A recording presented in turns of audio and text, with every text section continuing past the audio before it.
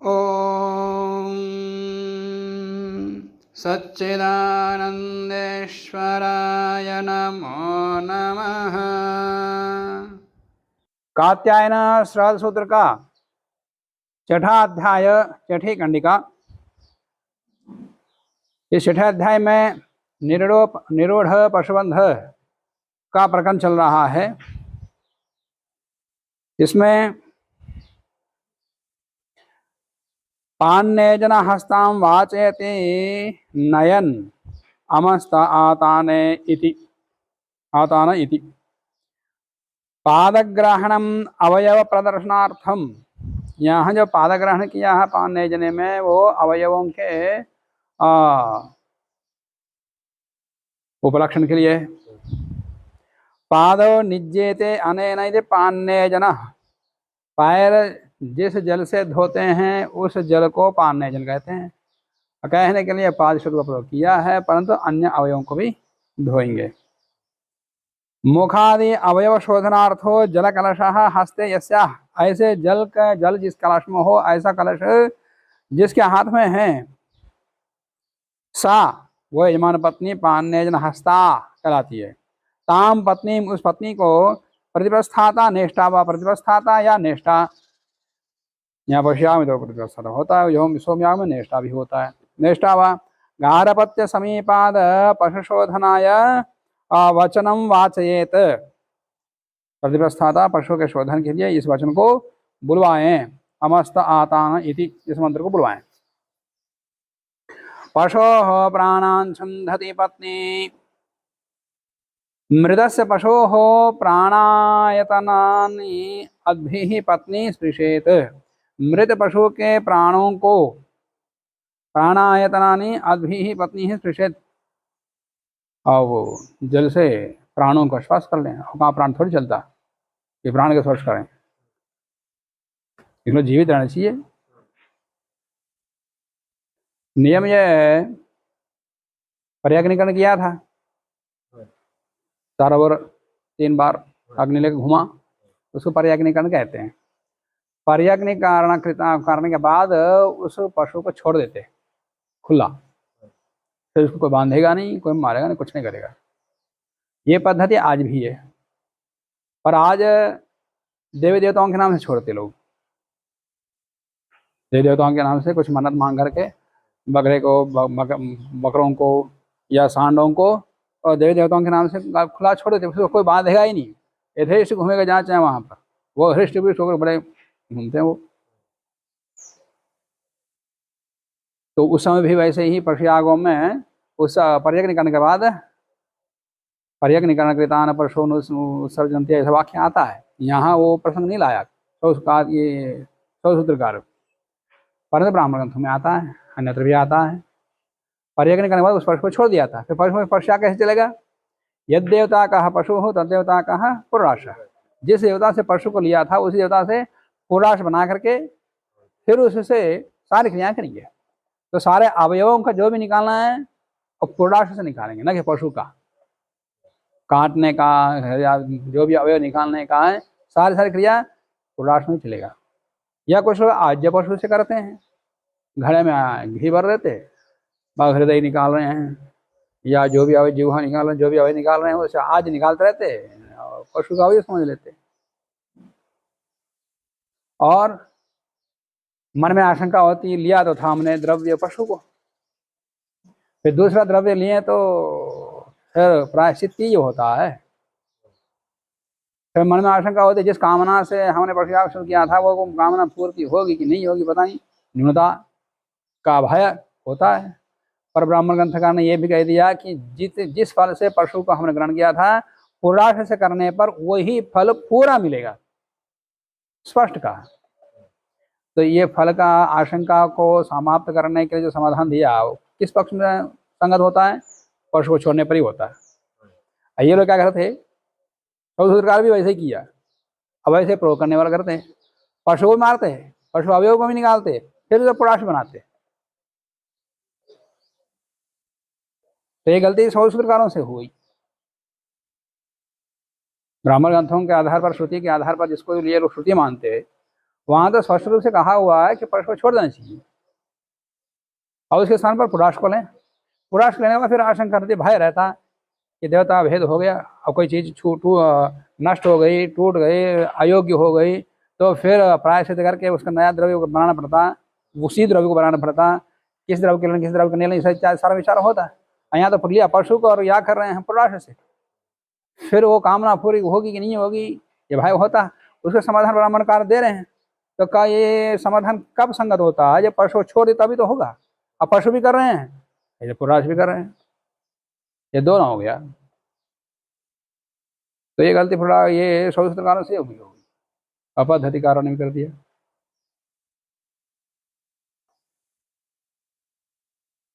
ये प्रसंग ही नहीं लाया कि पर्यटन करने के बाद पशु छोड़ देना चाहिए, ये प्रसंग आया नहीं यहाँ पर, आना चाहिए था श्रुति के आधार पर।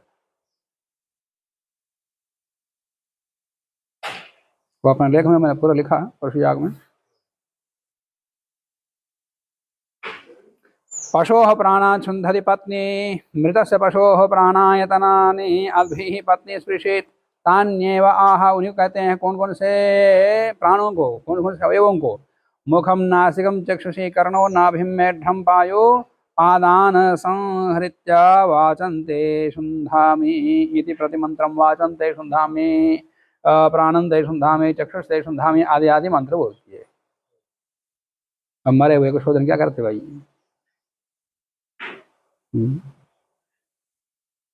फिर अंत में चरित्रांस्ते शुन्धामि, चरित्र को शुद्ध करूंगी।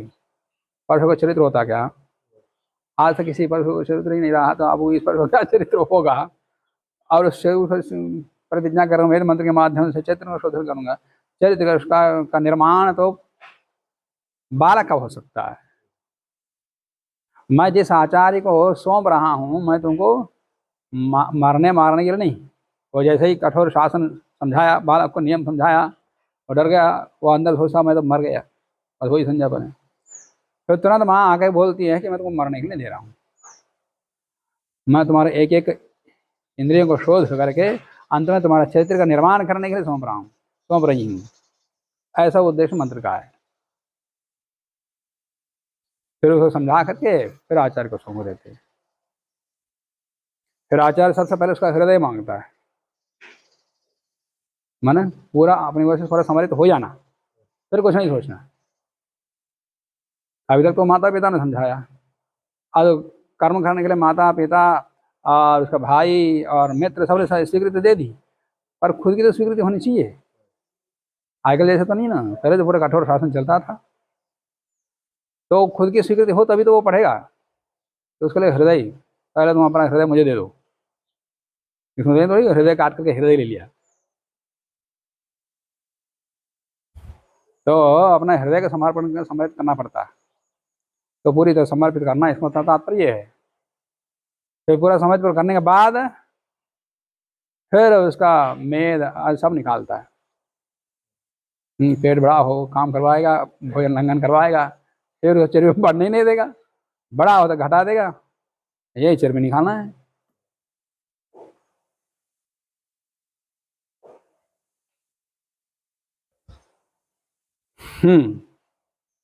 लोगों ने समझा ही नहीं।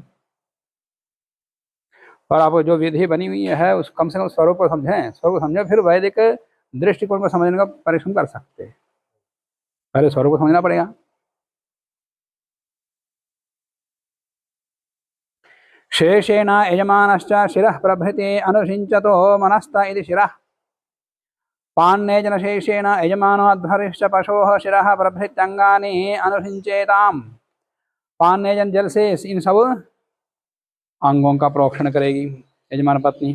यजमानो अध्वर्यश्च मान पानी करने के बाद अवयों का प्रोक्षण करने के बाद बचे हुए जल से यजमान या अध्वर्यु, यजमान और अध्वर्यु पशो शिरः प्रभृति, शिर से लेकर के पूरे शरीर पर शिरः प्रभृति अंगानि अनुषिञ्चेताम्। तत्र मनस्त इति पशोः शिरः अनुषिञ्चतः। मनस्त इस मंत्र से, अब मरने के बाद इस मंत्र में भी गूढ़ रहस्य है। अब मरने के बाद इस मंत्र को बोलना कोई अर्थ नहीं है। विलिंगित्वाद अस्य विनियोगः उक्तः। वाक्त इत्यादि मंत्राणाम तो लिंगाद एवं विनियोगो बुद्ध। बस मंत्र में जिस प्रकार का अर्थ है उसी प्रकार का यहाँ पर विनियोग किया हुआ। यते क्रोरम इत्यंगानि सर्वाणि अंगानि अनुसिंचता, सब अंगों का अनुसिंचन करते हैं। तो पत्नी तो केवल विशेष कुछ इंद्रियों का ही, पर ये पूरे शरीर का, सब अंगों का। शमहोभ्य इति पश्चात पशोः निषिंचतः, पशोर जघन प्रदेशे, पिछले प्रदेश में पान्य जनशेषम उभौ अपि निनयतः, पूरा डाल देते हैं पीछे। उत्तानं पशुं कृत्वा अग्रेण नाभिं तृणं निधाति ओषधः इति, अध्वर्योः पशुं उत्तानं कृत्वा, अब उसको उल्टा कर देते माने पैर ऊपर। अध्वर्यो पशुं उत्तानं कृत्वा नाभेः अग्रतः, नाभि के आगे अंगुल चतुष्टयं त्यक्त्वा, नाभि से 4 अंगुल को छोड़ करके आगे प्रागग्रम तृणम निदध्यात्, माने प्रांगों को उठा करके कोई पकड़ लेता है, फिर नाभि से ऊपर प्रागाग्र करके तृण को रख देता है, और पकड़ के उसके चर्म को पकड़ लेता है तृण के साथ, फिर काट देता है वहाँ चर्म को मात्र को। स्वधिता इति प्रज्ञातया अभिनिधाय छित्त्वा अग्रम सव्ये कृत्वा दक्षिणेन मूलम उभयतो अनक्तिलोहितेन रक्षसाम इति। स्वधिता इति मंत्रेण स्वधितमान हिंसी आदि वो मंत्र रहता। अब चाकू तुम इसको हिंसित मत करो, ऐसा मंत्र का अर्थ है। मरा हुआ है, जो हिंसा करनी थी पूरी हिंसा कर दिया, अब उसके बाद कुछ भी करो, कोई हिंसा है ही नहीं। हिंसा तो जीवित प्राणी के प्रति जो कर्म करते हो वो हिंसा है। अब मरा हुआ है, अब मरने वाले को दुख तो होता ही नहीं, प्राण तो गया, अब वो प्राण तो निकाल दिया। अब कहते हैं कि हे स्वजिते तुम इसको हिंसा मत करना। ये कब होता है? कोई जीवित हो तब तो होगा, मारने के बाद सही मंत्र का क्या अर्थ है? ये उपहास नहीं है, यह मंत्रार्थ जानते ही नहीं लोग, बस इस मंत्र बोल के क्रिया करनी है, कर दिया। तो स्वादिता इति मंत्रेण कृत चिन्ह, जहां पर काटने का चिन्ह लगा कर लाख रखा है, घृताक्ताम असिधाराम, और चाकू में एक तरफ घी लगा के चिन्ह किया था। संहिता को बोला था जिस तरह अंजन नहीं लगाया उस तरह तुम काटना, और जिधर हम अंजन लगा दिया, चिकना किया, वो हम काटेंगे। तो अध्वर्य उसी वो घृताक्ता असिधाराम, असिधारा से तृण से ऊपर निधाय, तृण के ऊपर रख करके तूष्णीम सा तृणम उदर त्वचम तिर्यक पाटयित्वा, मैंने चमड़ी को पकड़ लेता है, और वहाँ ऐसे पकड़ लेता है, वहाँ चमड़ी रहती है, उसको उठा करके चमड़ी मात्र बड़ा आराम से धीरे धीरे काटता है।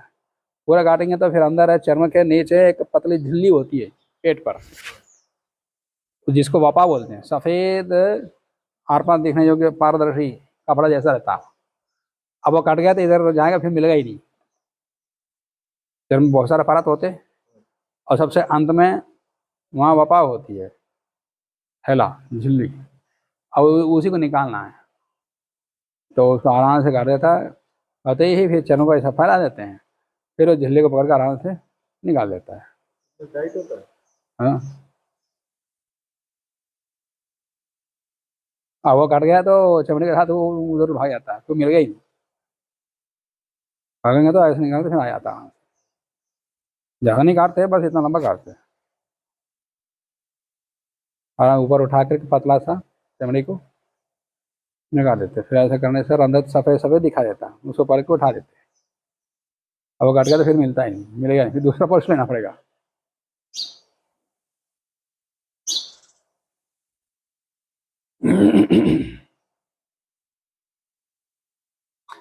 हाँ, दक्षिण हस्तेन तृणमूलम द्विगुणी पाटयित्वा तृणाग्रम पृथक भूत सव्ये हस्ते कृत्वा दक्षिण हस्तेन कहाँ गया, तूष्णीम सा तृणम उदरत्वतम पाटयित्वा तृणाग्रम, उसको काट देता। काट करके तृणाग्रम पृथक भूतम, जो काटने के बाद तृण का अग्रभाग अलग हो गया है, उसको क्या करता है, सव्ये हस्ते कृत्वा, उस तृणाग्र को बायां हाथ में रख देता है।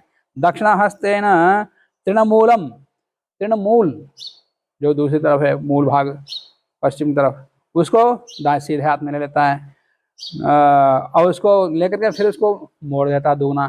द्विगुणी कृत्या अग्रे मूले च, अग्रभाग में भी मूल भाग में विच्छेदन स्थान है, काटने के बाद समुत्पन्नेन पशोः रुधिरेण अंजात, उस मूल भाग को दुगुनी का मोड़ करके उसके अग्रभाग में मूल भाग में काटते समय जो रुधिर निकला, खून निकला, उसको लगा देता है। यह भी काटते समय खून नहीं निकलना, और फिर भी कहीं कुछ निकल जाता है, खून निकले तो फिर वो आसुरी आसुरी भाग मानते हैं खून को, रक्त को। निरस्तम इति अपास्यति, निरस्तम इस मंत्र से रुधिराक्तम तृणमूलम, उस रुधिराक्त मूल तृणमूल को उत्करे प्रक्षिपेत, उत्कर में डाल देता है। इदमहम इति अभितिष्ठति यजमानः, उत्करे क्षिप्तं तृणमूलम पादेन आक्रमेद, यजमानः, यजमान पैर से उसको कुचल देता है उत्कर के अंदर। वपाम उत्खिद्य वपाश्रपन्यो प्रोर्णवति घृतेन द्यावा पृथ्वी इति, पाटितात पशोः उदराद वपाम निष्कास्य। और चर्म को काटने के बाद उदर के में जो वपा है, उस वपा को निष्कास्य निकाल करके तया वपाश्रपन्यो प्रकर्षेण छादयेत, वपाश्रपनी जो इस प्रकार से लकड़ी थी दो अग्र वाला, और उसमें कांटे भी रहते, उसको लेकर के फैला देता है, उसमें कांटों फंसा देता पूरा। क्योंकि जब तक गीला रहता तब तो ठीक है, फिर सूखने के बाद तो फिर फैलता नहीं, फिर वो सूख गया तो, और उसको जाकर फिर अग्नि ऊपर पकाते हैं तो फिर सिकुड़ जाता है वो, इसलिए उसको फैला करके फिर वहाँ रखते उसके ऊपर, अग्नि के ऊपर। ज़्यादा नहीं रखते, अगर रखते उसको गीलापन हो जाता है, चलो वो तब भी फट जाता कुछ कुछ। परिभाष्य चात्वारे अवशिष्य शामित्रे, शामित्रे प्रतपति, ताम वपाम उदर संलग्नां छेदनेन पृथक्कृत्य चात्वारे वपाश्रपणि स्थाम एव वपाम उदकेन परिशिच्य शामित्रे प्रतपति प्रतिप्रस्थाता। ताम वपाम, उस वपा क्या करता है, उदर संलग्नां, उदर में संलग्न, छेदनेन पृथक्कृत्य, काटने के बाद जो अलग किया हुआ है, चात्वाल में वपाश्रपणि स्थाम एव, चात्वाल में वपाश्रपणी में विद्यमान उस वपा को उदके न परिशिच्य, उसके ऊपर पानी डाल देता है, मतलब खून आदि बहुत निकल जाएगा। परिशिच्य शामित्रे प्रतपति, शामित्र अग्नि में उसको कुछ हल्का गरम करता है, प्रतपति प्रतिप्रस्थाता।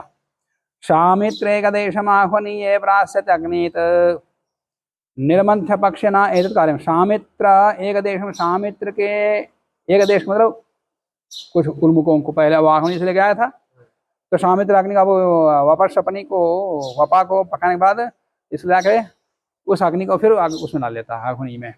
यदि वहां से लेके आया हो तो, मंथन पक्ष में हो तो फिर ये वहां से ना लाना, ना ले जाना।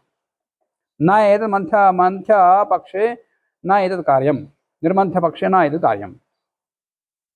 प्राश्यति अग्नित, अग्नित करेगा।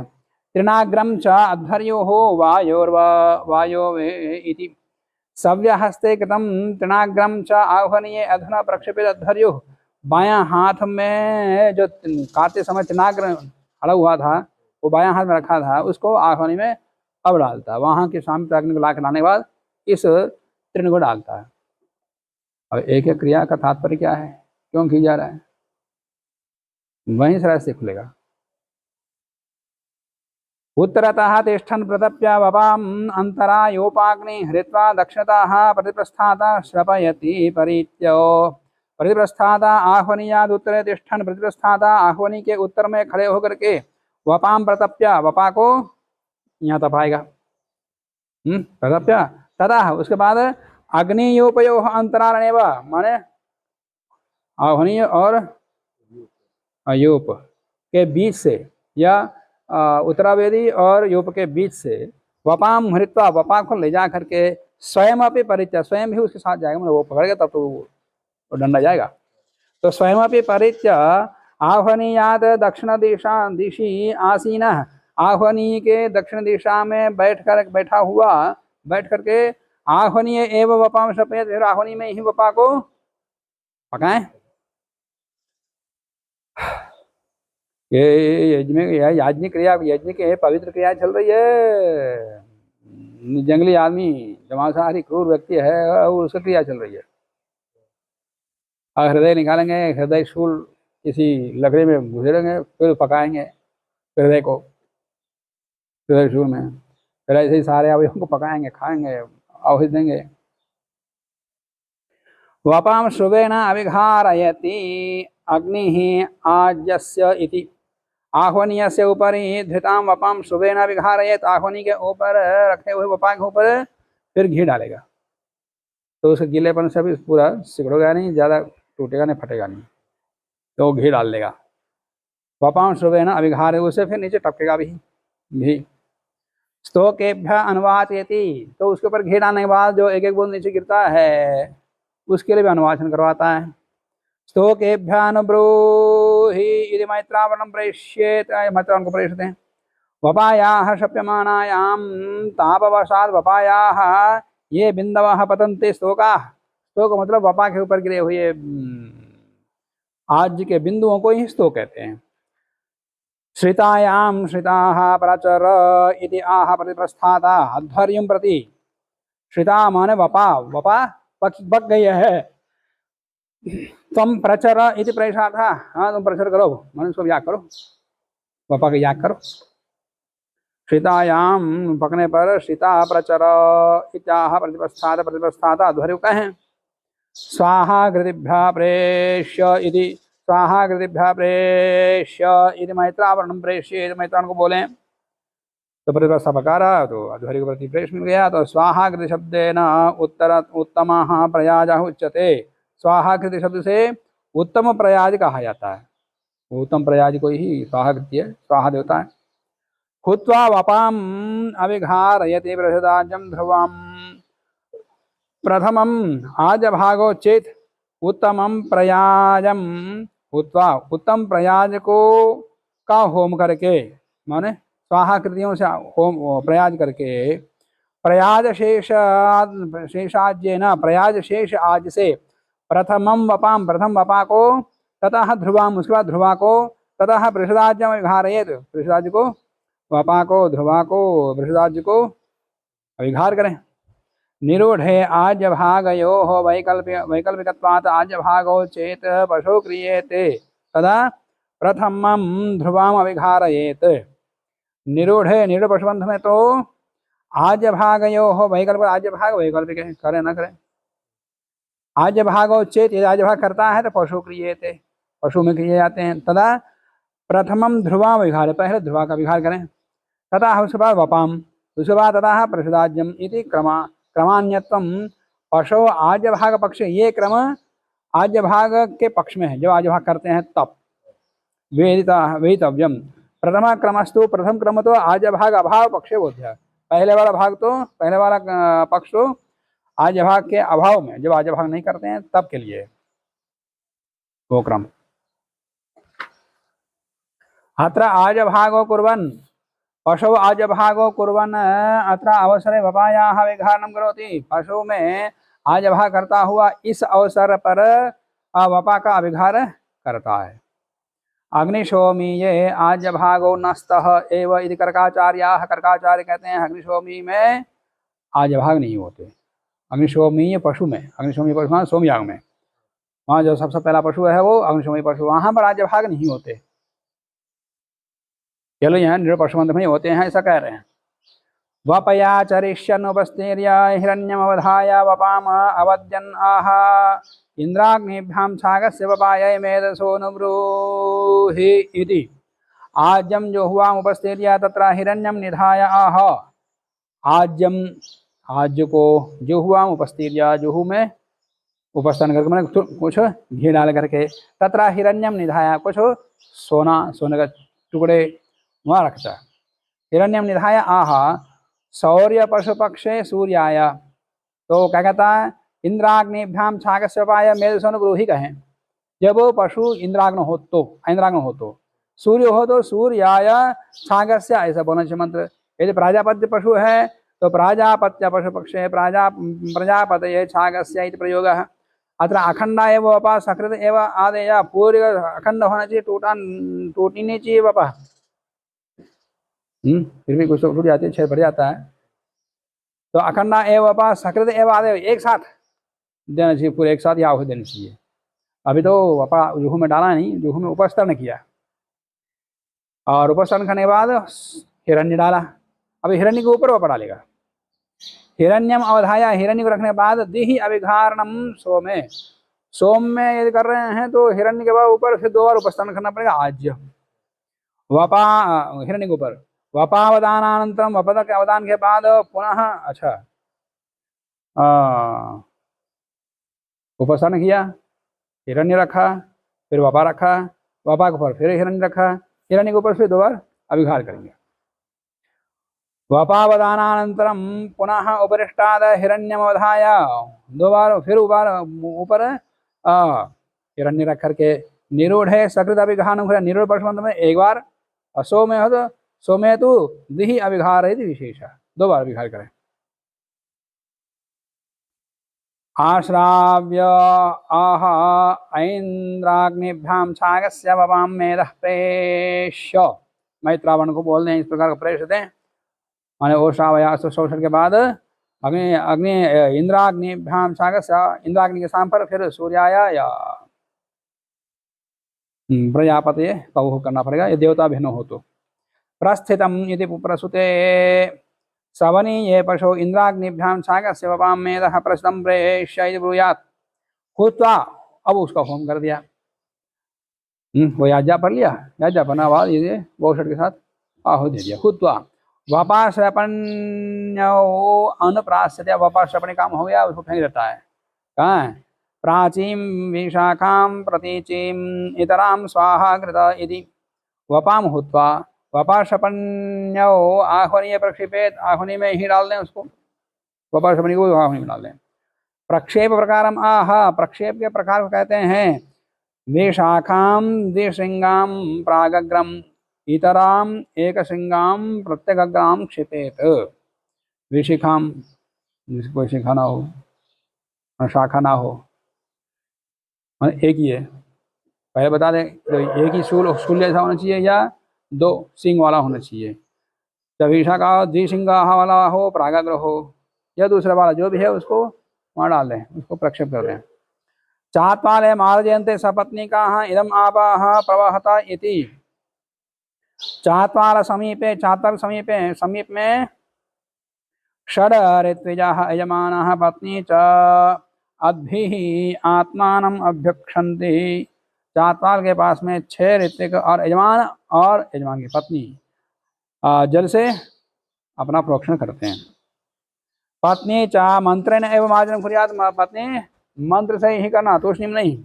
पत्नी चकार पत्य तूष्णीम यदि समिधाधानादो मंत्र निवृत्त दर्शनात्, अन्यत्र सब लोग यजमान तो मंत्र के साथ डालता है समिधा, पर पत्नी बिना मंत्र के, तो यहाँ बिना मंत्र नहीं करना, यहाँ तो मंत्र के साथ ही है मार्जन करना है। मार्जयन्ते स्वार्थे निच विशास्ते पशुमन्यः ऋत्विभ्यो अन्यः कश्चित् पशुं मारयन्ति, अब पशु को मारने वाला कोई अलग ऋत्विक होना चाहिए, ऋत्विजों से अलग, ऋत्विजों में ही एक अलग है, ऐसा नहीं, ऋत्विजों से अन्य, जिसको शमिता कहते हैं। अब शमिता यौगिक है, रूढ़ है, यौगिक को मतलब इन ऋत्विजों में से कोई एक होगा, और रूढ़ है तो इनसे भिन्न कोई अन्य व्यक्ति होगा जिसके लिए वो संज्ञा पड़ जाती है। ऋत्विभ्यः अन्यः कश्चित् पशुं मारयति, संज्ञा भेदा, क्योंकि संज्ञा भेद है। अन्या ही संज्ञा शमिता इति, शमिता एनम कंठे बद्ध्वा नयति, शमिता इसके कंठ में बांध करके ले जाता है। तो वहां पर सबसे आगे कौन रहता है? पशु ले जाते समय, शामित साल ले जाते समय अग्नित, अग्नि सामने रहता है, और उसके पीछे पशु को ले जाते हैं। पशु को कंठ में, गला में रस्सी बांध करके शमिता ले जा रहा है, और उसके साथ साथ में या थोड़ा पीछे अध्वर्यु चलता है। तो यहाँ पर अग्नि तो अपने काम में लगा हुआ है, आगे जा रहा है, और अध्वर्यु शमिता के साथ में जा रहा है। होता अपने स्थान पर बैठा है, होता के स्थान पर मैत्रावण भी वहीं पर खड़ा है, ब्रह्मा यजमान अपने स्थान पर बैठे हैं, सब अपने पर निश्चित है। अक्षमता कहाँ से आया फिर? इसमें मतलब इन सबसे अलग है, सब अपने काम में लगे हुए हैं। तो क्षमता कोई अन्य ऋतिक है, इसी से पता लगता है। क्षमता माने शस्त्र हिंसायाम, मारने वाला। एवं प्राप्त आह, परंतु ये इसको पूर्व पक्ष में डाल दिया, क्षमता अन्य होना चाहिए। तो इस प्रकार प्राप्त होने पर कहता है ऋत्विजाम व एक अप्रकृतत्वात् शामित्रे, वह अवधारण में है ऋतुजाम एवं यहाँ कश्चित एक पशु से, ऋतुजों में से कोई एक पशु को मारता है, करता अध्वरी है, वो कर्म भी अध्वरी करता है, तो उसको सारे काम आना चाहिए। जहाँ तक मैंने देखा सब जगह अध्वरी करता है। काटना हृदय, काटने वाला हृदय निकालना है, मतलब यहाँ काटने का विधान तो एक ही जगह पेट पर, वहीं से अंदर डाल के हृदय कहाँ है उसको पता होना चाहिए, वहाँ जाकर के खींच के लेके आएगा नोच के, अब फिर खून बाहर नहीं निकलना। गुर्द है, जो भी अवयव बताया कौन कहाँ है, वो अवयव जाके उसको अंदर अंदर पहचान के उसको नाखूनों से ही काट के लेके आना सीधा, और शेष कुछ नहीं काटना, फिर वैसे वैसे रहेगा, बस एक जगह काटते हैं उधर पर। तो वो अध्वरी सब कुछ जानता है, वो इसमें बड़ा विज्ञान है। अध्वरी वो डॉक्टर भी सीखता है, ऑपरेशन के विज्ञान भी जानता है वो। अरे पशु को मारने का विधान ही नहीं है, विज्ञान की बात छोड़ दो।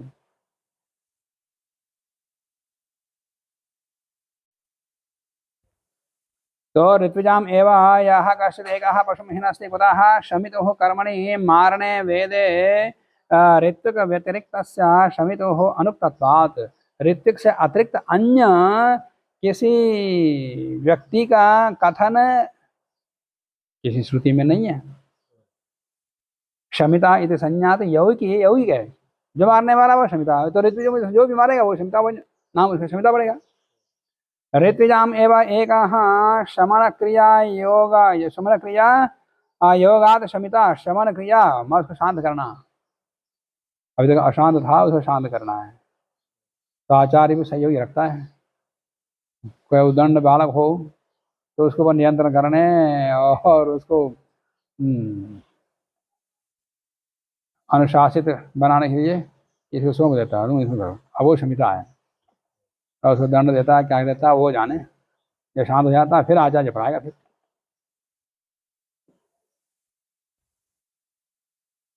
तस्मात् ऋत्विक एवं पशु विषास्ति, फिर ऋत्विक ही पशु का विशेषण कर्म करता है। उपसर्ग उपगा दर्शन से भी ऋत्विजों में से कोई एक होना चाहिए। ज्योतिष्टो में उद्गातरि गायते सति तम अनुसृत्या ये गायन्ते उपगा, एक अन्य दृष्टांत लेकर समझा रहे हैं। ज्योतिष्टो में उद्गाता एक ऋत्विक सामवेद का, वो सामगान करता है, उसके पीछे पीछे कुछ लोग और बैठ करके सामगान करते हैं। तेज उपगाह, वही उपगाह कहलाते हैं। अब वो कौन, कोई दूसरा नहीं है, वो ऋत्विकों में से कोई एक जो अन्य कार्य से निवृत्त हो गया, अपने काम से निवृत्त हो गया हो, बस उद्गार के बाद सुना करके हाँ उनके साथ वो राग मिला देते हैं। ऋत्विजा एवं भवितुमर्हन्ति इति सिद्धांतितम, ये सिद्धांत किया गया है। अथवा हो आदि साथ में गान गाते हैं। हो इति ऋत्विजा उपगायन्ति, हो इस प्रकार से उपगान करते हैं।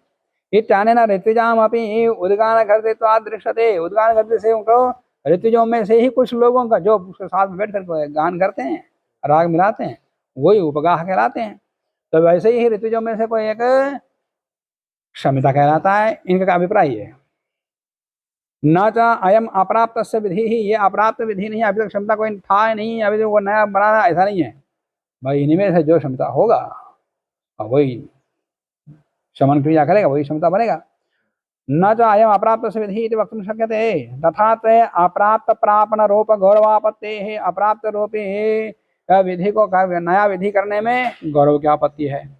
ऋत्विजाम अपि विधान है, ऋत्विजों के विधान में भी वाक्य भेदापत्तिश्च, ऋत्विजों के अवधान, ऋत्विजों में ही कोई एक क्षमता बनता है, और जो ऋत्विक अध्वरी बन रहा है तो अध्वरी का भी क्षमिता का भी दो वाक्य जोड़ना पड़ेगा, तो इसे वाक्य भेद दोष भी आता है।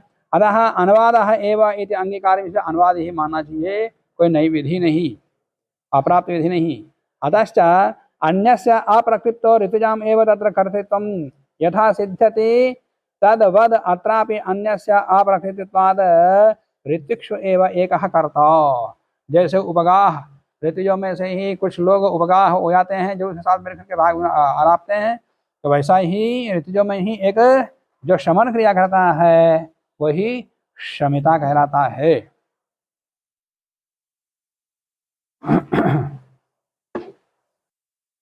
यदि ऐसा है यौगिक आधार करते हैं तो विक्रयी भी तो ऋतुजों में से कोई एक उस बकरे को, छाग को बेचेगा, वो विक्रय कहलाएगा। पर नहीं, विक्रयी तो अन्य शूद्र संयोगात, वो तो कुब्राह्मण या शूद्र बेचेगा, ऐसा विधान किया हुआ, ऐसे वो ऋतुजों से अन्य होगा। सोम विक्रय या सोम विक्रयी, सोम विक्रयी तो वो बेचने योग्य है ही नहीं, बेच रहा है, वो शूद्र है। सोम विक्रयितो ऋत्विकभ्यः अन्यः एव भवति, पक्षे शूद्रस्यापि, शूद्र का भी विधान है। सोम विक्रयित्वेन संयोगात् कौत्सात् शूद्राद् वा सोमं क्रीणाति। कौत्स कुत्स गोत्र का कोई ब्राह्मण बेचता है या शूद्र बेचता है, इस बार अलग विधान होने कारण से वहां तो अन्यत्व है, पर इस बार शमिता के लिए अन्य विधान नहीं है। शूद्रश्च निसंदिग्धम ऋत्विकभ्यः अन्याय एव, शूद्र तो ऋत्विक से अन्य है, ऋत्विक तो शूद्र बन ही नहीं सकता। तस्मात् कौत्सः अपि अन्यः, तो साहचर्य से कौत्स जो कुत्स गोत्र का है, कौत्स गोत्र का ब्राह्मण है, वो भी ऋतुजों से अन्य है।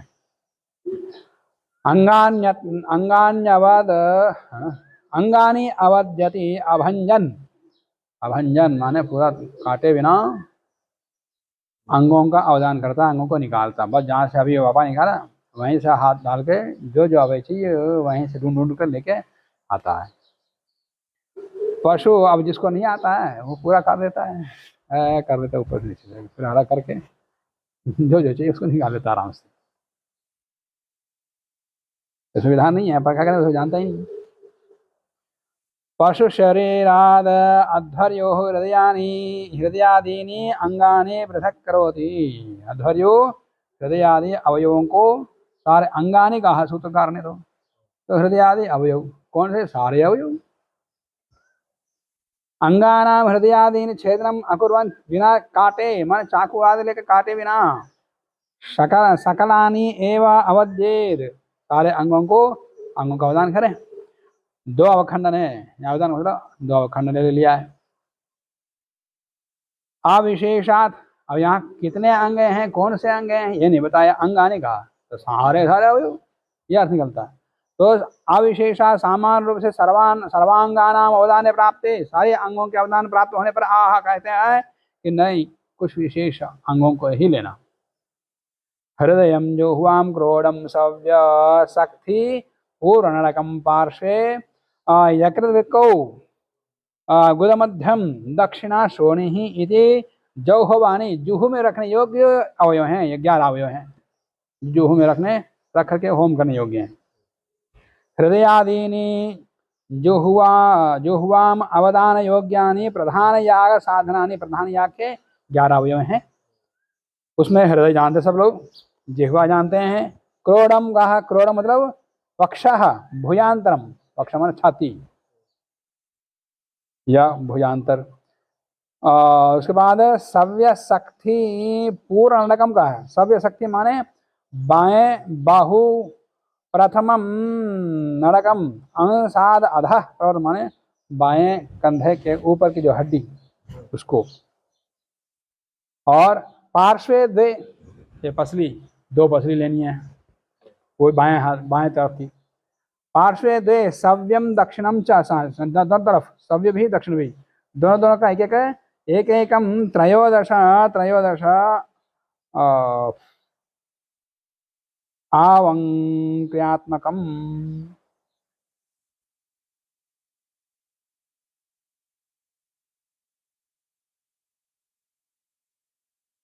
जो टेढ़े हैं और छाती की जो हड्डियां टेढ़ी हों उनमें से इधर एक लेना।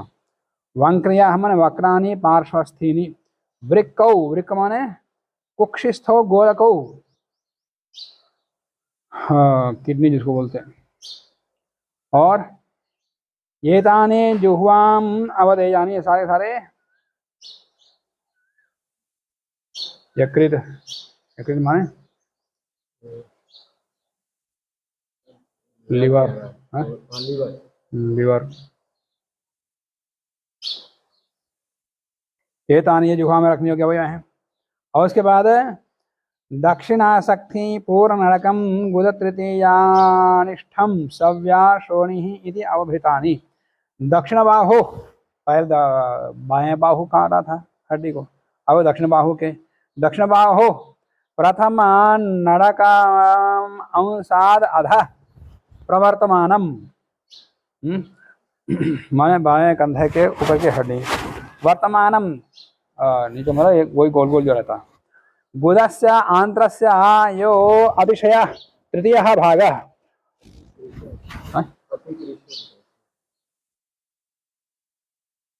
कहाँ अधिकृष्ण? गुदस्य आंत्रस्य यो अतिकृष्ण तृतीयो भागः। हाँ, गुदस्य आंत्रस्य यो, मैं क्या बोला? अतिशय बोला क्या? यो अतिकृष्ण, अतिकृष्ण माने बहुत पतला। गुद का जो आंत्रस्य अतिकृष्ण तृतीय भाग, तीसरा भाग जो अंतिम पतला हो जाता है उसको लेना। गुद भाग मतलब मोटे आंत्र का जो अंतिम भाग है। सव्या कटि, बाएं कटि को, कटि प्रांत की हड्डी को। इति त्रीणि उपभृत संबंधिनी, ये तीन अवयव उपभृत के संबंधी हैं। तो 11 और 3 14 अवयव हो गए अभी तक। त्रीणि उपभृत संबंधिनी सृष्टिकृत अवदानानि, ये सब सृष्टिकृत के अवदान है। एतानि अभंजन, इनको भी बिना काटे, पशुदेहाद पृथक कृत्वा गृहिणीयाद, इनको भी बिना काटे, चाकू से बिना काटे नोच के निकालना। वर्षिष्ठम उपयड्भ, उपयड्ढोम के लिए यद अतिस्थूलम, जो आंत का पतला भाग था वो पहले निकाल दिया था सृष्टिकृत के लिए, उपभृत के लिए। यद अतिस्थूलम, उसमें जो मोटा भाग है तीसरा भाग, यद अतिस्थूलम गुद तृतीयम तद उपयड्होमार्थम अवध्येत, वो उपयड्होम के लिए ग्रहण करें। वो उपयड्होम अभी इसी छठे अध्याय के 9वीं कंडिका में आएगा। इसका भी नहीं वहाँ करेंगे, उसके लिए पहले यहाँ अवदान करा बता रहे हैं। 6, 9, 7 से लेकर 11 तक उपयड्होम है, उसका स्वर वहाँ आएगा। अवदान काले प्रभाग गुदा तृतीय से प्रकर्षेण भाग, गुदा तृतीय जो प्रकर्ष भाग है मन वर्षिष्ठ मध्य अनिष्ट भागेन विभाजन, गुदा भाग को मोटा भाग, मध्य भाग और पतला भाग, इस पर 3 भाग कर दें। सह जुह्वाम अवदान काले भवति न इदानीम, जुह्वा के अवदान काल में होगा ना कि अब, इदानीम तो समग्रमेव अविभक्तम गुदम अवद्यति, अभी तो अवदान का समय में तो पूरे गुद भाग को निकालना, उसके बाद फिर मोटा भाग, मध्य भाग, पतला भाग करके फिर जो जिसमें डालना उसमें डालेंगे, निकाल के फिर पकाएंगे। फिर पका समय भी एक दूसरे को मिल ना जाए, चिपक ना जाए, तो इसके लिए क्या करते हैं, एक एक अवयव को पत्तों में, पलाश के पत्तों में बांध लेते हैं, उसमें लपेट के, लस्सी लपेट के फिर पत्तों को ज़्यादा उबालते, फिर उसके बाद निकालते। अब पानी में डाल के सबको पका रहे हैं, सब कोई पिघलेगा, कोई चिपकेगा किसी में, फिर वहाँ मिलेगा ही नहीं, ये टूटेगा, टूट बोलेगा तो अभी वो उसी पत्ते में रहेंगे बंधे हुए। वनिष्ठु जाघनी चावद्यति, वनिष्ठु मन स्थूल आंतरम, स्थूल मोटे आंत को, जाघनी, जाघनी को भी, मन जघन प्रदेश भवा पशु पुच्छम, पशु को पूंछ को भी जाघनी बोलते हैं, तो उसको भी दंड है यावत, दंड है भी कहते हैं उसको, तो पूंछ को काट देते हैं। वो पत्नी संयाज के लिए पूंछ देवता के पत्नियों को देंगे वो पूंछ को।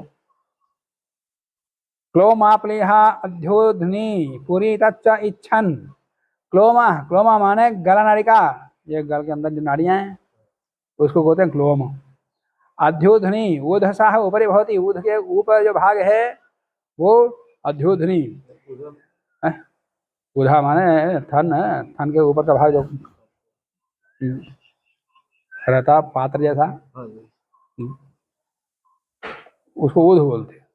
उसके ऊपर का भाग मांस, अध्योधनी ऊदसा ऊपरी भवति, ये न मांसेन हृदय प्रच्छादितम तत्पुरी। तत्पुरी तत् माने हृदय के चारों ओर जो मांस से ढका रहता है वो पुरी तत् है। एतानि इच्छन अवध्येत, इनको भी यदि चाहते हैं तो इनको भी निकालें, चाहते हैं तो इनको भी देवताओं को दें, पका कर खाएं, तो इच्छा हो तो इनको भी निकाल लें। ऐसा मात्रा निरूढ़ है विकल्प, ये विकल्प निरूढ़ पशुमत के लिए है, अग्निशोमी आदि में नहीं। अन्यत्र नियम, अन्यत्र नियम है। अग्निशोमी ये तो अभाव है एवं गर्गाचार्य, अग्निशोमी में तो एक लोम प्लीहा द्योधनी पुरी तत् का अभाव नहीं होगा।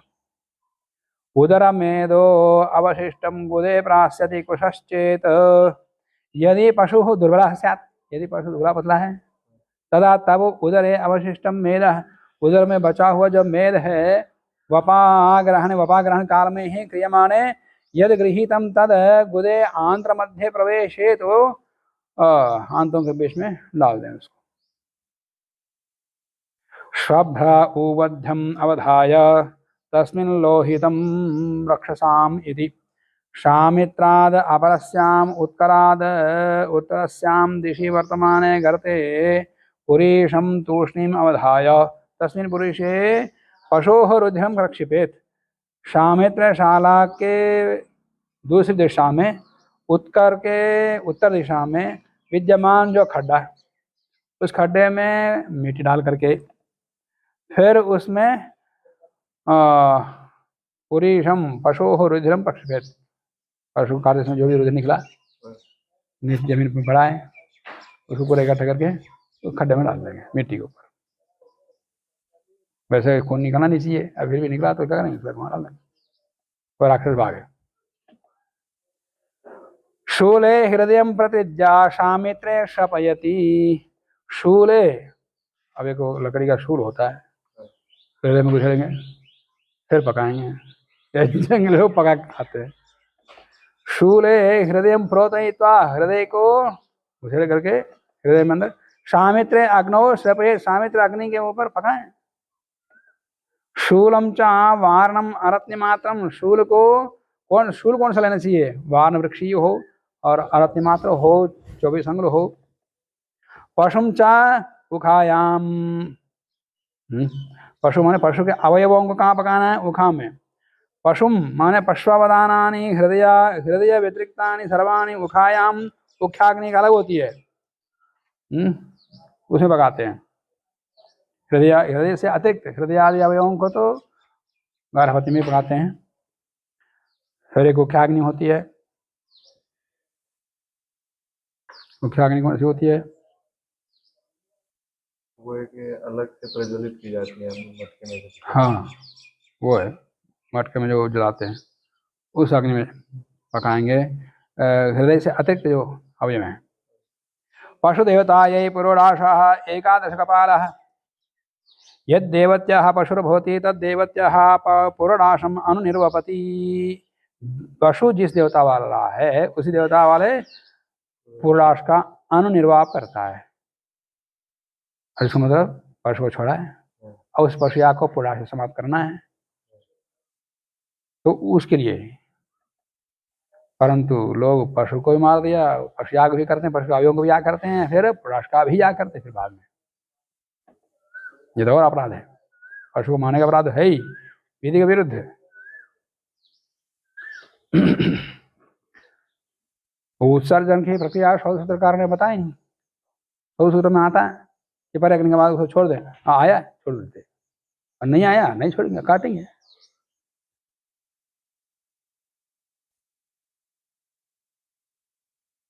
यदि श्रुत्या पशुदेवता उद्देश्यक, श्रुति से पशु देवता के उद्देश्य, जिस देवता के उद्देश्य से यह होता है, यह पुराशः सह एकादश कपाल यह बहुत महती, उसी देवता के पुराश देवता वो एकादश कपाल वाला होता है। यद्यपि यागे अग्निशोमीयस्य पशु पुरुडाशस्य पौर्णमासिका अग्निशोमीय विकृतित्वा तत्र एकादश कपालता प्राप्नोति, अग्निशोमीय पशु में पुरुडाश एकादश कपाल प्राप्त होता है। क्यों, वो अग्निशोम देवता का पौर्णमास सृष्टि का विकार है वो, तो पूर्णमासी में अग्निशोम के लिए एकादश कपाल है, अग्नि देवता का अष्ट कपाल है और अग्निशोमी एकादश कपाल है। और वही अग्निशोमी पशु का फिर वही एकादश कपाल वहां आ जाता है पुराश के लिए। अब वहां से या निरूढ़ पशुबंध में आया है एकादश कपाल। निरूढ़स्यापि अग्निशोमीय विकारत्वात् निरूढ़ पशुबंध में अग्निशोमी का विकार होने से अत्रापि यहाँ भी, यहाँ अग्निशोमी देवता तो नहीं है परंतु द्वंद्व देवता तो है, ऐन्द्राग्नि तो है। अग्निशोमी द्विदेवताक है, ऐन्द्राग्नि भी द्विदेवताक है। तो ऐन्द्राग्ने शौर्ये प्राजापत्ये च एकादश कपालता इति देवतात्रये अपि तीनों देवताओं में एकादश कपालता प्राप्त्यर्थम इदं सूत्रम।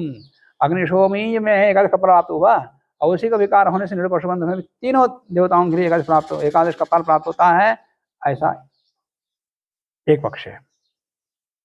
अग्निशोमीयो वा विशेषोपाधि उपदेशात्, नहीं, विशेष उपदेश होने से अग्निशोमी ही एकादश कपाल है, माने जो द्वंद्व देवता द्वंद्व वाला है वही एकादश कपाल होगा। सूर्य और प्रजापति देवता के पशुओं में एकादश कपालता नहीं आएगी, वो अष्ट कपाल रहेगा। ज्योतिष्टोमांग भूत अग्निशोमीयः एवं एकादश कपालता भवितुमर्हति कुतः विशेष उपदेशात्, विशेष उपदेश होने से। अग्निशोमीय एवं देवता द्वित्व सादृश्यात्, अग्निशोमी में देवता द्वित्व सादृश्य से पौर्णमासिका अग्निशोमीय विकृतित्वम, पौर्णमासिका विकृतित्व दिखाई जाता है। अतश्च इसलिए तत्र एवं एकादश कपालता, इसलिए द्विदेवता में ही एकादश कपालता है। देवता द्वित्व सादृश्याच्च, देवता द्वित्व के सादृश्य से ऐन्द्राग्नस्यापि एकादश कपालता, ऐन्द्राग्न में भी एकादश कपालता आती है। ना इतरयोः शौर्य प्राजापत्यो, सूर्य और प्रजापति एक एक देवता वाले हैं इसलिए उनमें एकादश कपालता नहीं होती है। उनमें तो अग्नि देवता के सादृश्य से, एक देवता के सादृश्य से अष्ट कपाल राशि आएगा। तयोस्तु देवता एकत्व सादृश्याद अष्ट कपालता एव, अतः तत्तदेवतागत संख्यानुरोधेन कपाल संख्या द्रष्टव्य, इसलिए उस देवता के अनुरोध से कपालों की संख्या का निर्णय कर लेना चाहिए। न सर्वत्र एकादश कपालता एवं, सर्वत्र एकादश कपालता नहीं होती है। अग्निशोम में पशु प्रकृति पशु में एकादश कपाल होने से सार देवताओं में एकादश कपाल हो अनिवार्य नियम नहीं है। द्विदेवता को हो एकादश का एकादश करो, नहीं तो अष्ट कपाल एक देवताओं में। प्रकृतो सह यत्र एषः हविष्कृतम् उद्वादयति तद एकः दृशदुपरे समाहन्ति इति वाक्येन, शद ब्राह्मण के इस वाक्य से हविष्कृत आह्वानस्य दृशदुपाल समाहनस्य, हविष्कृते ही हविष्कृते के आह्वान के समय में ही दृशद के ऊपर आहन किया जाता है। दृशदुपलो दृशदुपल समाहनस्य च एक कालिकत्व मुक्त, एक दोनों एक साथ हो जाते हैं। अत्रापि यहाँ पर भी तथा एवं अधिदेशेन, आदेश से आह्वान से प्राप्त हो, उसी प्रकार का आह्वान यहाँ प्राप्त हुआ तो आह्वान के साथ में समाहन भी प्राप्त होना चाहिए। तस्यां तत् समकालित्वं समकालिकम आहरणम अपि प्राप्नोति, उसके समकालिक आहरण भी यहाँ प्राप्त हो रहा है। इसी की आशंका प्राप्त होता कि नहीं होता, इसका आशंका करके समाधान देते हैं कि अत्र एवं हविष्कृत आह्वानम इज्जेकत्वात्,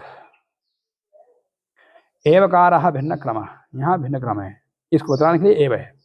अत्र हविष्कृत आह्वानम एवं कर्तव्य, यहाँ केवल हविष्कृत आह्वान ही होगा, कुट्टन नहीं होगा, न आहरणम आहरण नहीं होगा। तत्तु वो आहरण तो पशुपात्र प्रोक्षण उत्तर काल में एवं, वो पशुपात्र के प्रक्षालन के बाद आहरण होगा।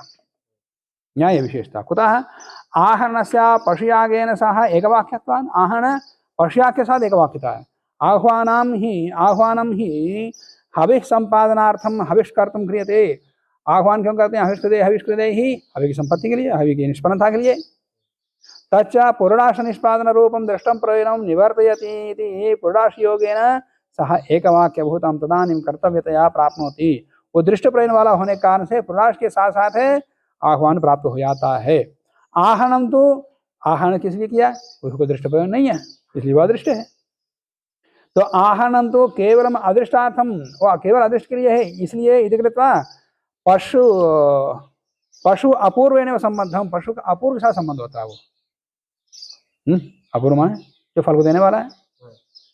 अदश्च पशु अदृष्टार्थ भूत पशु पात्र प्रोक्षण आदि, पशुपात्र प्रोक्षण आदि समानांतर काल में जो अदृष्ट का अन्य क्रियाएं हैं उनके साथ, उनके बाद ही ये आएगा। माने दृष्ट प्रयण वाला एक साथ करेंगे, उसके बाद फिर अदृष्ट प्रयण वाला आएगा। तस्य प्राप्ति ही इति तदानीम एवं तद अनुष्ठातव्यम इत्यर्थः। माने दोनों एक साथ नहीं करेंगे, यहाँ पर याग में आहरण पहले होगा, उसके कुछ समय के बाद कुटन होगा, आहरण होगा। अवद्यन आह इंद्राग्निभ्यां पुरोडाशस्यानुब्रूहि। पुरोडाशम अवद्यन, पुरोडाश का अवदान करता हुआ मैत्रावणम प्रतिब्रूयात। मैत्रावण को कहें कि इंद्राग्निभ्यां पुरोडाशस्यानुब्रूहि, ये कहें। उपभृति च अवद्यति शिष्टकृत। साथ में यहाँ यही बता दिया है कि पुरोडाश में हृदय भी है, चर्म भी है, लोम भी है, हड्डी भी है, पशु के सारे अवयवों को दिखा दिया पुराश के अंदर, इधर ब्राह्मण में, अन्य ब्राह्मणों में। अब पुराश के अंदर पशु के अवयव कल्पना करने की आवश्यकता थी, ये दोनों एक साथ करते हैं। मुख्य वाला पशु को छोड़ दिया है तो गौण रूप से पुराश में भी कल्पना कर रहे हैं, और वही फल पुराश याग से मिलेगा, यही बता दिया। तो स्पष्ट हो रहा है कि पशु को काटना मारना ये श्रुति के विरुद्ध है। अवद्यन आह, अच्छा हो गया। उपभृति च अवद्यति शिष्टकृत पथ उत्तरार्धाद सकृत अवदानम उपरिष्टाद द्विराविघारणम न क्षताभ्यंगः इति वतेरर्थः। शिष्टकृत वत कहा तो यहाँ वाक्य क्या है? उत्तरार्धाद सकृत अवदानम, पुराश के उत्तरार्ध से एक बार अवदान करना, वहां 2 बार करते थे, यहाँ 1 बार करना है। उपरिष्टाद द्विराविघारणम, ऊपर से 2 बार विघार करना है, और करने के बाद फिर क्षताभ्यंग नहीं होता, यहाँ से निकाला वहां पर प्रत्यभिघारण नहीं होता, वहां भी नहीं होता था शिष्टकृत के बाद। क्यों? शिष्टकृत का होती है ही नहीं, तो फिर अब उसका प्रत्यभिघार क्यों करना? वहां भी छोड़ दिया, यहाँ भी छोड़ देंगे। नक्षताभ्यंग इति वते अर्थ चकारात प्रधानाद अवदानानंतरम एवं शिष्टकृतार्थम उपभृति अवधेयम। चकार से प्रधानावदानांतर, प्रधान के अवदान के बाद ही शिष्टकृत के अवदान करना चाहिए उपभृत के लिए। इंद्राग्निभ्यां पुरोडाशम इति प्रेष्यति। इंद्राग्निभ्यां पुरोडाशम प्रेष्यो इति मैत्रावरणम प्रेष्येत। इंद्राग्नि के लिए पुराश का प्रेष कर मैत्रावरण को प्रेष दें। हुत्वा समानीयाग्नये प्रदाय प्रधानावदानम जुहुस्थम हुत्वा उपभृति यदावत्तम तद जुह्वां समानीय निर्गुणाय अग्नये प्रदानम करोति। प्रधान के अवदान के बाद जुहुस्थम हुत्वा, जुहू में विद्यमान पुराश को होम करने के बाद उपभृति यदावत्तम, उपभृति में फिर दोबारा जो अवदान किया है तद जुह्वां समानीय, जुहू में संबोधन करके द्वारा आनयन करके अब अग्नि देवता कह देते हैं। वो अग्नि कैसा होना चाहिए? निर्गुण अग्नि होना चाहिए। निर्गुण अग्नि, उसको विशेष नहीं होना चाहिए अग्नये, बस जैसे वैश्वानराय अग्नये इत्यादि को विशेष नहीं होना चाहिए अग्नि का, केवल शुद्ध अग्नि के लिए। निर्गुणाय अग्नये प्रदानम करोति प्रदाय च इडाम अवद्यति वक्ष्यमाणेन संबंध है। ये आगे जो 26वें सूत्र में है उसके साथ संबंध है। सगुण स्थाने अगुण, सगुण अग्नि के स्थान पर निर्गुण अग्नि के लिए अवदान करेगा। सगुणस्य शिष्टकृत रूप,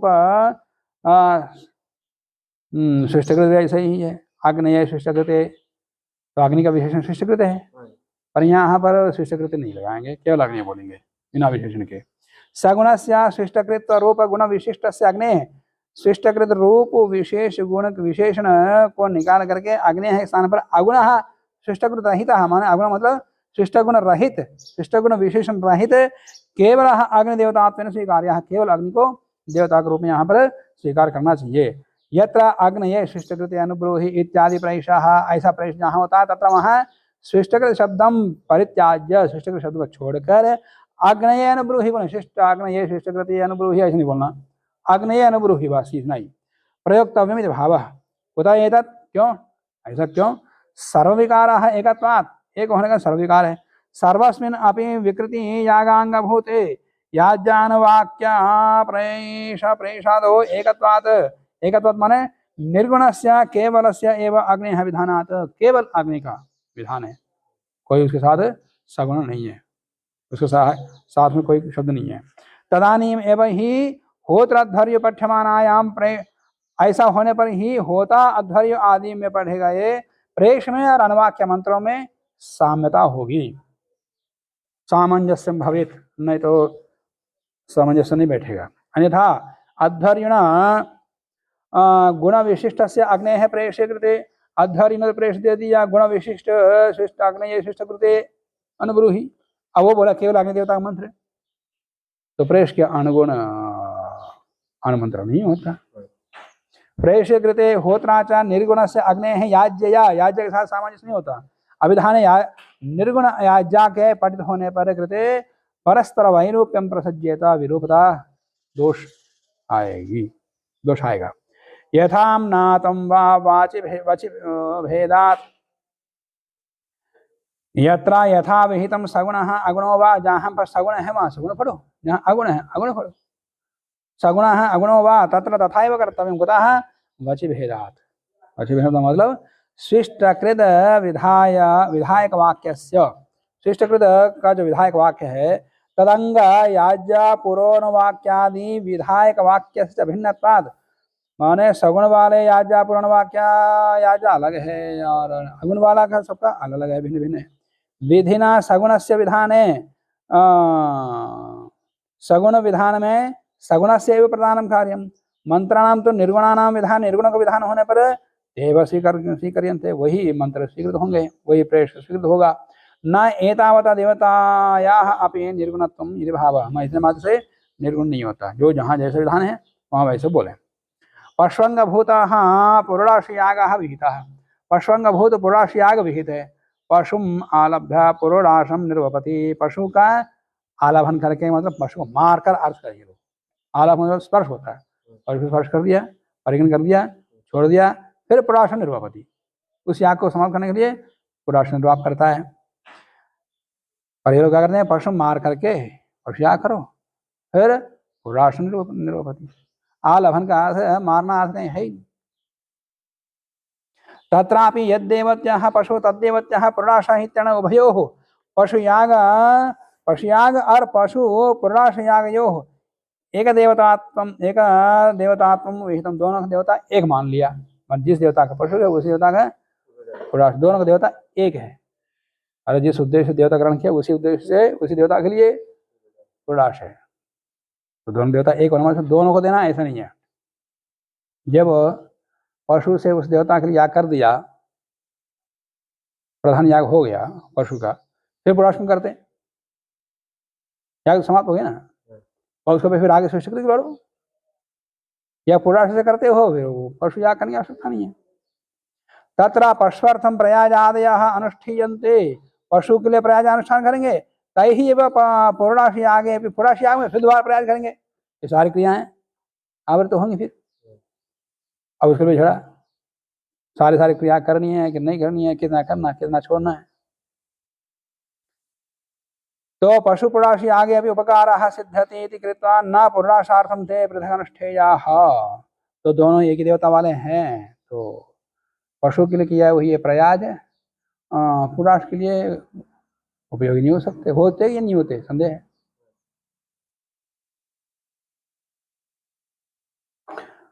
तो जो पहले प्रयाग किया था 4 प्रयाज, वो प्रयाग पशु के लिए किया, अब वो प्रयाग फिर पशु पुरोडाश के लिए उपयोगी के लिए उसके भी हो जाए, क्योंकि देवता एक ही है, इस दोबारा फिर प्रयाग करने की आवश्यकता नहीं है। तो अनुष्ठीयन्ते तैहि एव पुरोडाश यागे भी उपकारः सिद्ध्यति कृत्वा, सिद्ध हो जाएगा यदि न पुरोडाशार्थं ते पृथक् अनुष्ठेयाः, पुरोडाश के लिए दोबारा अनुष्ठान नहीं करना चाहिए, फिर अलग से प्रयाग नहीं करना चाहिए होता, अथवा पृथक अनुष्ठान या अलग से अनुष्ठान करें।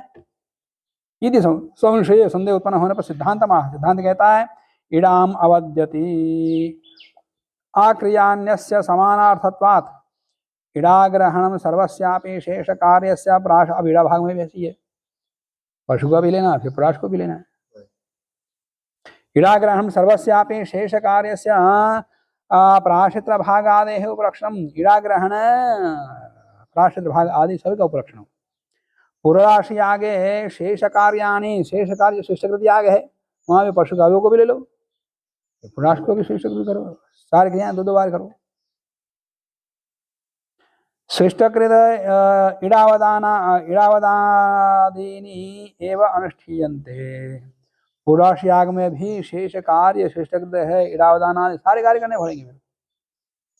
अन्यस्य अग्न्यान्वाधानादेः अदृष्ट उपकारस्य आकरणम, अन्य अग्नि के अन्वाधान आदेश अदृष्टार्थ अदृष्ट के लिए ही सब कुछ किया जाता है। कुतः समानार्थ सबका अदृष्ट को उत्पन्न करना है। पशु यादृश उपकार जनकत्वम प्रयाजादीनां, प्रयाजादि से कुछ विशेष अदृष्ट उत्पन्न होता है। प्रयोजक यादृश उपकार जनकत्वम माने याग के फल को उत्पन्न करने वाले के अदृष्ट उत्पन्न होता है प्रयाग करने से, वैसे वो प्रधान को उपकारक है। तादृशम एवं उपकारम पुरुषाशे भी ते जनयन्ति, उसी प्रकार के पुरुष संबंधी प्रधान या को उपकार करेंगे उसके प्रयाज। सकृत अनुष्ठित ही एवं एक बार करोगे तय ही उभयत्र उपकार सिद्धिर्न पृथक। तो एक बार प्रधान याग कर लिया पशु याग के, तो पशु याग के प्रधान याग को ही वे प्रयाज उपकार करेंगे, फिर पुरुष के प्रधान याग कैसे उपकार करेंगे? समझा? पृथक पुरुषार्थम प्रयोजादि अनुष्ठान, इसलिए पुराणाश के प्रधान याग के उपकार के लिए उनके प्रयाज अलग करना चाहिए। प्रधान याग अलग करना चाहिए ना? प्रधान याग दोनों का अलग है, पशु का भी प्रधान याग अलग है, पुरुष का प्रधान याग अलग है। तो पशु के प्रयाज पशु के प्रधान याग को ही उपकृत करेंगे, फिर बाद में जब पुरुष याग करेंगे पुरुष के प्रधान याग को पशु के प्रयाज थोड़ी उपकृत करेंगे, नहीं करेंगे। इसलिए उनके लिए प्रयाज अलग करो, एक फिर 11 प्रयाज। एवं पक्षम प्रसाद्या पक्षांतरमाह, तो इस प्रकार के पक्ष को स्थापित करके एक दूसरे पक्ष को भी बतलाते हैं। ना चोदना भेदात नहीं, ऐसा नहीं करना चाहिए इसको, कि उसकी चोदना विधि अलग है। ना यदस्ति उभयस्य अर्थे सकृत एवं अनुष्ठान, दोनों के लिए एक ही बार प्रयाज करो।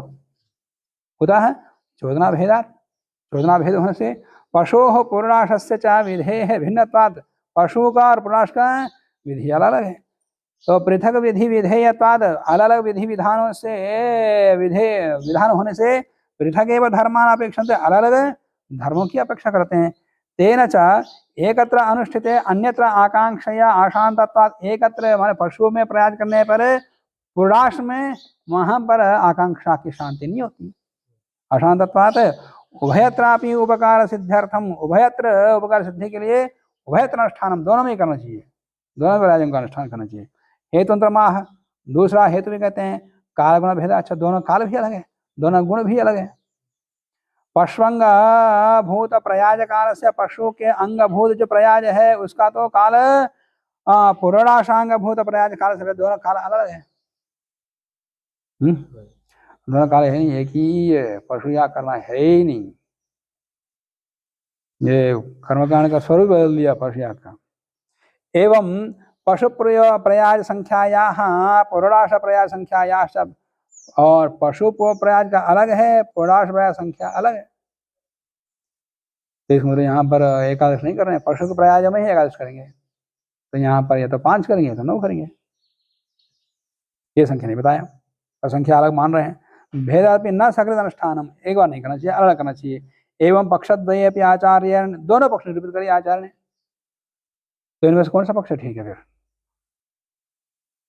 सूत्रों में आया कि एक ही बार करो, सूत्रों में आया कि दोनों बार करो। तो एवं पक्षद्वये अपि आचार्येण निरूपिते को अत्र पक्षाः श्रेयान्, कौन सा पक्ष उचित है इति विचारे, विचार होने पर प्रथम पक्षः एव समुचितः, पहला पक्ष ही ठीक है। कुतः अंगानि ही प्रधानोपकारकत्वेन विहितानि, अंग जो भी करते हैं वो प्रधान को उपकार भी करते हैं। विनश्वराणि चितानि स्वभिन्न कालिकस्य प्रधानस्य स्वरूपतः न उपकारं संपादयितुं समर्थानि, तो अंग करते रहते हैं समाप्त जाते हैं, फिर प्रधान को उपकार कैसे? एक अंग किया उसका क्या आदिष्ट बना, फिर दूसरा अंग किया उसका कुछ स्वरूप आदिष्ट बना, ऐसे एक एक अंग का सब आदिष्ट बनते, फिर सारे आदिष्ट मिलकर के एक महाआदिष्ट बनता है, वो महाआदिष्ट प्रधान के साथ मिल जाता है, फिर प्रधान का भी आदिष्ट बनता है, उसके साथ मिलकर के एक और बड़ा महाआदिष्ट, फिर उससे याग की सिद्धि होती है। अतः अदृष्ट द्वारा तेषां उपकारत्वम् अंगीकार, अदृष्ट के द्वारा ही प्रधान का उपकार होता अंगों का, तच्च अदृष्टम, वो अदृष्ट तद तद अंगानुष्ठान समांतरम एवं उत्पन्नम, उस अंग के समांतर ही वह अदृष्ट उत्पन्न होता है। तत् वो वे अदृष्ट प्रधानस्य परम अपूर्व उत्पत्त्यनंतरम नश्यति, तो प्रधान का अपूर्व हो जाता है, माने प्रधान का वैसे सिद्ध हो जाता है, प्रधान याग का, फिर उसका उपकार हो जाते हैं, फिर नष्ट हो जाते हैं। बस प्रधान का एक महादृष्ट रहता है। प्रधान से पूर्व उत्पत्त्यनंतर नश्यति, तच्च परमापूर्व, वो परमापूर्व प्रधान चरमांगानुष्ठान समंतरमेव उत्पद्यते, प्रधान याग का जो अंतिम प्रधान याग समाप्त होता है, उसके बाद अंगों का जो अदृष्ट उत्पन्न हो समाप्त हो जाएगा। इसमें मिल करके प्रधान चरमांगानुष्ठान समंतरमेव उत्पद्यते, प्रधान का जो अदृष्ट उत्पन्न होता है वो अंतिम प्रधान याग के बाद होता है। एवं च चरम अंगानुष्ठान पर्यंतम, अंतिम अंग के अनुष्ठान तक प्रयाजादि जो प्रयाजादि जन्यानाम अपूर्वाणाम सर्वेषां सत्वात्, तो जब तक प्रधान याग नहीं होता है तब तक प्रयाजादि सबके सबसे उत्पन्न सारे ही अपूर्व सर्वेषां सत्वात्, तब तक सारे अपूर्व विद्यमान हैं। तन्मध्ये एवं उनमें ही पुरोडाश यागस्यापि अनुष्ठानात्, उनमें उन अपूर्व में ही पुरोडाश याग का अनुष्ठान हो रहा है। तत्काले च पश्वर्थम अनुष्ठित प्रयाजीयापूर्वाणाम सत्वात्, अब उसी काल में पशु के लिए अनुष्ठित प्रयाजों से उत्पन्न जो अपूर्व हैं वो विद्यमान है। तै ही एवं उन पशु अंगों के प्रयाजों से उत्पन्न पर जो अदृष्ट है वो अभी विद्यमान है, वो विद्यमान है। तो उनके साथ तय ही एवं उनके साथ मिलकर के पुरोडाश नाशे भी, पुरोडाश नाश होने पर उपकार सिद्ध है। तो इधर पुरोडाश की प्रयाज के नहीं, पुरोडाश के प्रधान याग के तक वो भी विद्यमान है, तो उसके साथ मिल जाएगा। पुरोडाशार्थ प्रयाजादीना पृथक अनुष्ठानम, उपकार सिद्ध है। तो पुरोडाश के लिए अलग से प्रयाज करने की आवश्यकता नहीं है। तो वो अपूर्व पुरोडाश के प्रधान याग के साथ भी मिलकर के उसको उपकार देता, तब भी वो विद्यमान रहता। तो एक ही बार प्रयाज करना चाहिए, ऐसा सिद्ध हुआ है। पशु दक्षिणा, ऐसे ही मीमांसा में से चर्चा होती है। पशु हो दक्षिणा, इसकी दक्षिणा फिर पशु ही है। एक पशु मार दिया और दूसरे पशु दक्षिणा में देंगे।